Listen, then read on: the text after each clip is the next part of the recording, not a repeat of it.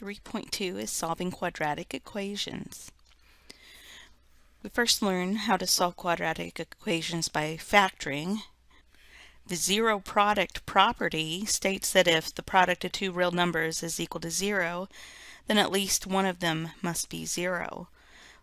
For example, if I have x times y equals 0, that means that x equals 0 or y equals 0. That's the premise of solving quadratic equations by factoring. For example, with this height of a ball, we have a ball thrown up at 64 feet per second from the top of an 80-foot high building. It's being modeled by this function s of t equals 80 plus 64t minus 16t squared, where t is the number of seconds after the ball is thrown. How long will the ball be in the air? What we need to do is figure out what is given and what is being asked. First, let's define our variables. T is our independent variable, and it represents the number of seconds after the ball is thrown.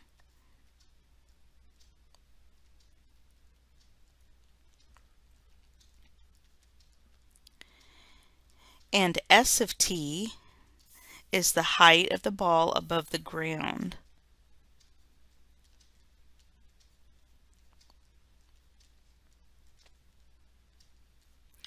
It's important to be specific when writing that, because we could also have a model that says it's the height of the ball above the building. And since we are throwing from an 80-foot high building, there's quite a difference in those two models. So what has been given to us? They want to know how long will the ball be in the air. If you think about it, we have this building throwing a ball off of the top of an 80-foot building, and then eventually it hits the ground. Do we have the time? No, we don't have the time. That's actually what we're trying to solve for, is t. Do we have the height? Certainly. Once the ball hits the ground, then the height of the ball above the ground will be 0. That allows us to set up the problem. So we have 0 equals 80 plus 64t minus 16t squared. I can solve this by factoring. I'm going to factor out a negative 16. It gives me a t squared minus 64 divided by 16 is 4. T minus 80 divided by 16 is 5. Continue to factor. After taking out the greatest common factor of negative 16, I have a t minus 5 times t plus 1 will give us the negative 5 that we want here, but the negative 4 as our coefficient of t in the middle. So now I have, by zero product factor property, that 0 equals negative 16, or t minus 5 equals 0, or t plus 1 equals 0. I know this can't be true. 0 is not equal to negative 16. Here I have t equals 5, or t equals negative 1. Negative 1 would refer to 1 second before the ball is thrown. That doesn't make sense in the context of this problem, so we're left with one answer of 5 seconds. The ball will be in the air for 5 seconds.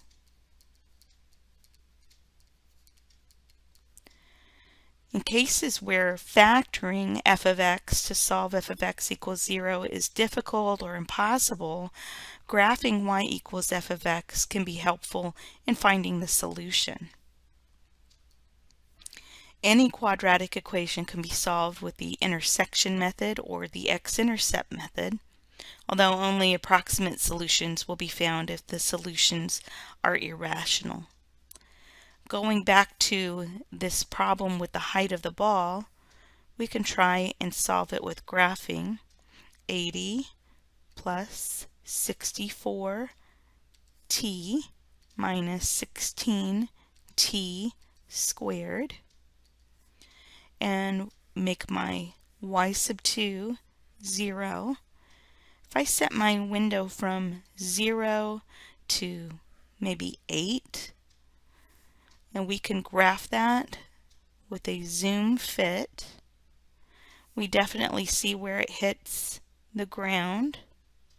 Okay, and we can calculate the 0. Left bound, we're to the left of where it hits the ground. Right bound, we're now to the right of where it hits the ground. And then hit enter, and you get 5, 0. This means at 5 seconds, the height of the ball is 0 feet above the ground. The other method is to set this other function being 0, and since you've done that, you can calculate the intersection. Enter, enter, enter. It'll give you the intersection of 5, 0. Of course, there is another intersection over here at -1. We found that manually, but that doesn't make sense in the context of this problem, so we throw that solution out.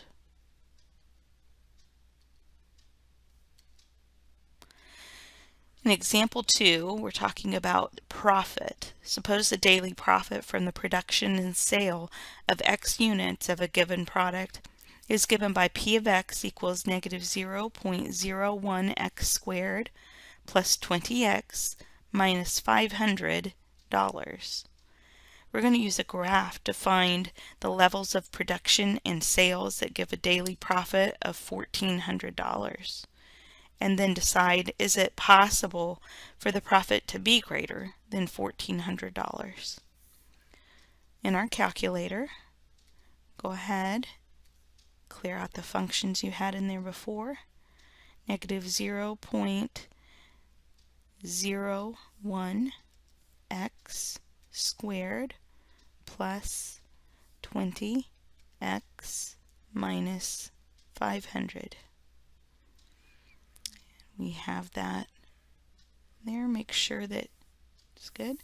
And we want to know when the production and sales give a daily profit of 1,400. Well, X is the number of units sold and produced and sold, and then your P of X is your profit. Well, since I know that they're giving me the daily profit of 1,400, my setup is that P of X being 1,400 equals that function that was given. In the calculator, I can make a separate function of 1,400 equals y, and then I can use the intersection method to try and find where that meets. So let's start the window, an x of 0, and we're just going to try for a little bit to see if we can get a good idea. There we go. We have the intersection in the window there. The deal is, though, that they ask for the levels of production. There are two places where the number of units produced and sold will give a profit of $1,400. So let's go back to the window and see if we can adjust that a bit to fit in that other intersection. We have a little bit more to go. Maybe try 3,000 and a zoom fit. And we definitely see both of those intersections. So to find those, we're going to calculate the intersection. I want to find the first one at the left this time. So move the cursor closer to that intersection. First curve, enter. Second curve, enter. Guess, enter. And we have 100 units. So 100 units yields a daily profit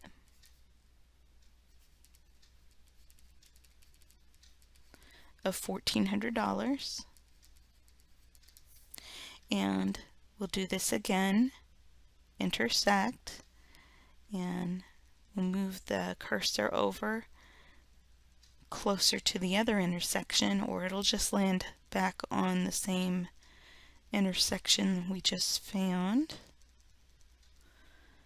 Enter, enter, enter, and we have 1900. So 1900 units.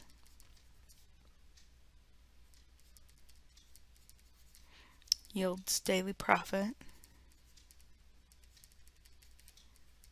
of $1,400. Is it possible for our profit to be greater than $1,400? What is profit? Profit is your Y. In other words, they're asking, is it possible for us to have higher Y values than $1,400? You can see on the graph that it is. You can even go onto the table here and see that it is indeed possible to have profits greater than $1,400. You can see that it keeps going up. We can set our table to change. Let's say we started at 100 and we change it by 100 every time. Go back to the table, and the profit is indeed going up and then back down. So it is possible for our profit to be greater than $1,400. Combining graphs and factoring methods. The factor theorem states that the polynomial function has a factor of x minus a if and only if f of a equals 0. Thus, x minus a is a factor of f of x if and only if x equals a is a solution to f of x equals 0. This means that if, for example, if x equals 2 is a solution, then x minus 2 is a factor. So this means we can verify our factorization of f and the real zeros to 0 equals f of x by graphing the function and observing where the graph crosses the x-axis. We can sometimes also use our observation of the graph to assist us in the factorization of a quadratic function. If one solution can be found exactly from the graph, it can be found, or it can be used to find one of the factors of the function. A second factor can then be found easily, leading to the second solution. We'll try that with this example. Solve 0 equals 3x squared minus x minus 10 by using the following steps. Graphically find one of the intercepts of y equals 3x squared minus x minus 10. So go to y equals, clear out your previous functions. We have 3x squared minus x minus 10. We'll graph, let's say we'll do a standard zoom. And you can see the intercepts there. Let's find one of those zeros. Let's see what we think about it. Go to the left of the 0, go to the right of the 0, and I'm not happy with that number. I could use it if I wanted to, but let's see if the other number might be a little nicer. We'll do the 0 again. We're going to be to the left of the 0 here and to the right of the 0 there, and we get a nice number there. So x equals 2 is a solution. That means that x minus 2 is a factor. Okay. In other words, we had 2, 0 is an x-intercept. There you go. So to verify that algebraically, what we do is put in the 2 for the x and see if that does work. This is going to be 3 times 4 minus 2 minus 10, so that's minus 12. So 0 is 12 minus 12. That's true. So we can combine this graphing to find the factorization of 0 equals 3x squared minus x minus 10.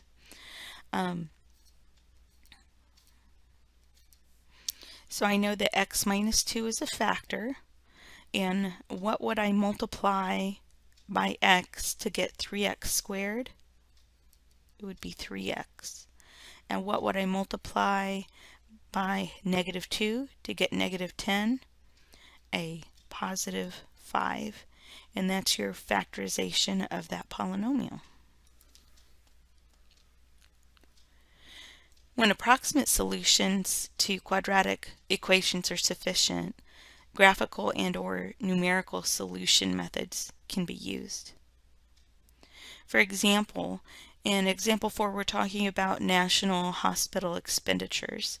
In 2015, hospital spending is projected to increase 5.6% due to the continued effects of the Affordable Care Act insurance expansion combined with the effect of faster economic growth. For 2016 through 2022, continued population aging and the impacts of improved economic conditions are expected to result in projected average annual growth of 6.4%. This function gives the national expenditures for hospitals in billions of dollars for the years 2006 and projected to 2022, where x equals the number of years after 2000. They want us to graph the function for the years 2006 to 2022. So at y equals, we're going to say 2.171 x squared minus 5.051 x plus 628.152. Take just a moment, make sure that you didn't have any typos in that. We want to set our window. Let's see, x is the number of years after 2000. So if we want to graph it from the years 2006, that would be 6, to 2022, that would be 22, and zoom fit. Now we're going to find the year after 2000 during which the national hospital expenditures are expected to reach this very large number using a graphical method. This will be hundreds, thousands, millions, billions, trillions. So we're talking $1,400,000,000,000 using this graphical method. Okay, in this problem already our x is being aligned to the year 2000, but our y is going to give the output in billions of dollars. So how many billions of dollars is this? Okay, be hundreds, thousands, millions, 400 billion, so it'd be 1,400 billion. So go back to your functions and put in 1,400. That's the number of billions of dollars. And we'll graph. And we're going to calculate the intersection. We get the year, it's 20 and then a little bit more, so it'll be the year 2021. 2021 is going to be the year where we reach that amount. Verifying the solution numerically, let's take the 20.05. We're going to go to the home screen. 2.171 times 20.05 squared minus 5.051 times 20.05 plus 628.152. And there we are. We get about 1,400 in billions of dollars. So $1,400 billion. The square root method comes after factoring. We can see the solutions of a quadratic equation x squared equals c are x equals plus or minus the square root of c.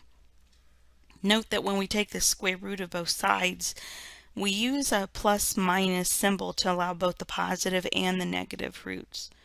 This method can also be used to solve equations in the form ax plus b quantity squared equals c.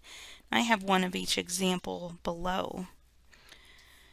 Here I have 2x squared equals 16. X squared is 8. And when I take the square root, x is going to be plus or minus the square root of 8, which is plus or minus 2 square roots of 2. So that is simplified exact answer. And if you like, you can take the square root of 8 and get an approximate answer of plus or minus about 2.8. Over here we can use the square root method again. We already have that the squared thing is isolated on the one side, so we know that that is plus or minus the square root of 18. Again, we can go ahead and simplify the square root of 18. It has 2 3's inside that we can take one out, so x minus 6 plus or minus 3 square roots of 2. So x is 6 plus or minus 3 square roots of 2 is your exact answer. And for an approximate answer, we have to do this 2 times x plus, go ahead and just put in the square root of 18 and get about 10.2, or 6 minus the square root of 18, and you get about 1.8.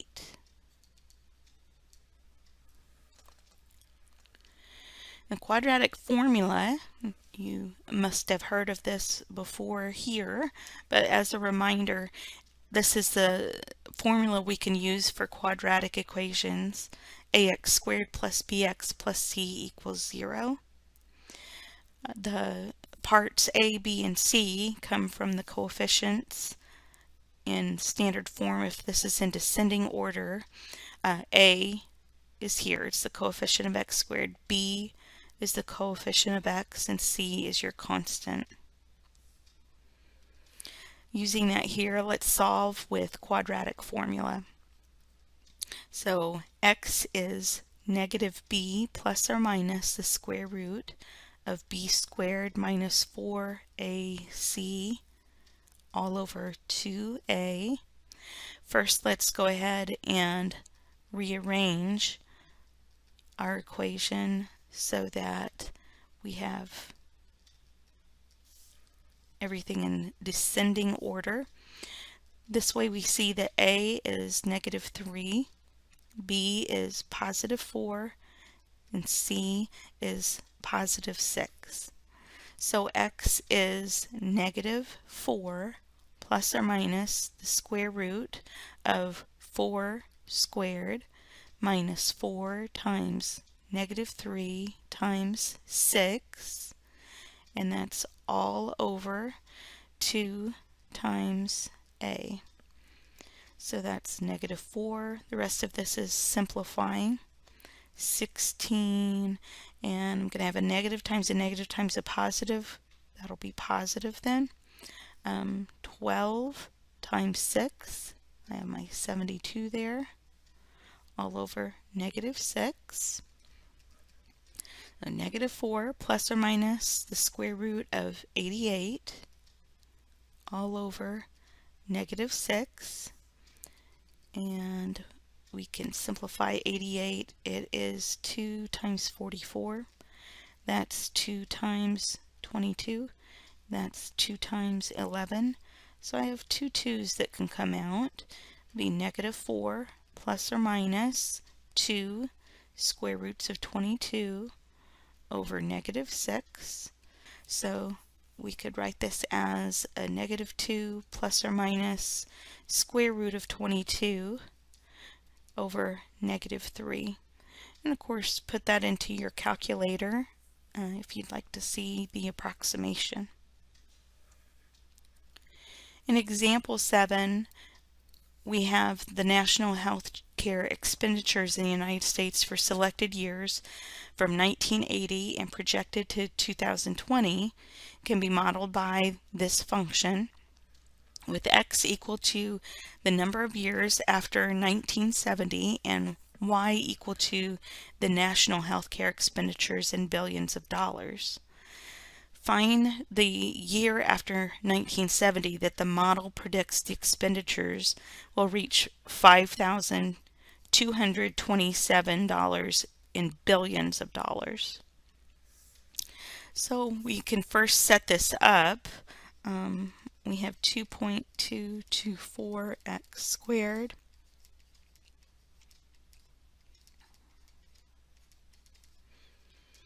That function in there, and they want to know when it estimates that the expenditures will reach that, and this is already in billions of dollars, so we just put our 5,227 there, knowing that that's actually in billions of dollars. We can put this function in to our calculator. You can use any of the methods that we used in this section. I'm giving you a little bit more practice on your calculator here.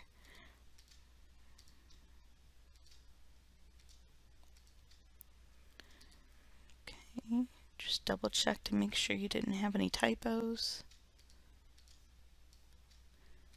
There we go. And we need to set our window. X is the number of years after 1970, so we can set that at 0. And we're going through the year 2020, so that would be 50 years, and we're supposed to find the year after 1970 that the model predicts the expenditures will reach this amount. So we don't want to go just to 50, maybe that we should go to 60 and see how that goes. There you go. Definitely we see the intersection there. And we can calculate that intersection, and it's at almost 54 years. Okay, so 54 years after 1970.